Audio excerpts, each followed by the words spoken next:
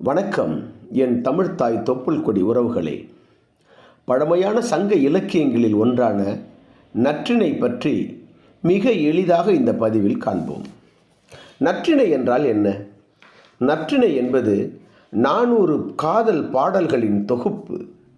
சுமார் 2000 ஆண்டுகளுக்கு முன்பு எழுதப்பட்ட சங்க இலக்கியங்களில் 8 தொகை நூல்களின் முதல் நூல் நற்றிணை. நற்றிணை எதை பற்றி சொல்கிறது? அக்கால காதல் வாழ்க்கையை பற்றியே பேசுகிறது. அதில் வரும் உணர்வுகள் முதல் சந்திப்பு, இரகசிய காதல், நாணம், பிரிவு, துயரம், காத்திருப்பு, மனக்கவலை, சந்திப்பு, மகிழ்ச்சி, சொல்லப்போனால் மனிதனின் அனைத்து உணர்வுகளையும் படம் பிடித்து காட்டுகிறது இந்த நற்றிணை. இயற்கை நிலங்களான குறிஞ்சி, மலைநிலம், இரகசிய காதல். முல்லை, பாலை மரங்கள், காடு, காத்திருப்பு.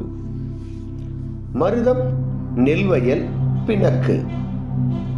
நெய்தல், கடற்கரை, பிரிவு, துயரம். பாலை, வறண்ட நிலம், நீண்ட பிரிவு, பயணம்.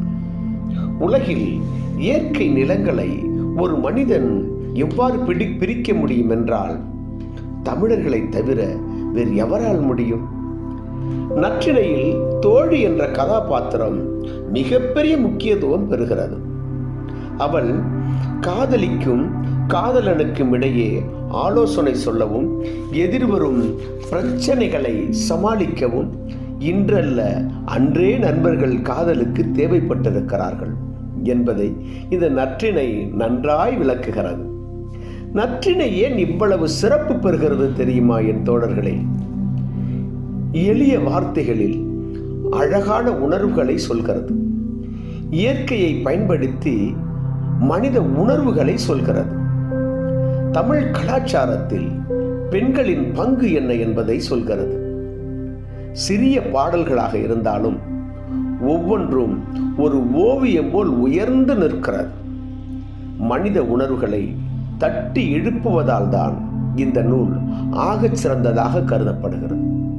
இந்த பதிவு உங்களுக்கு பிடித்திருக்குமேயானால் எல்லோருக்கும் பகிரவும், நமது சேனலை சப்ஸ்கிரைப் செய்ய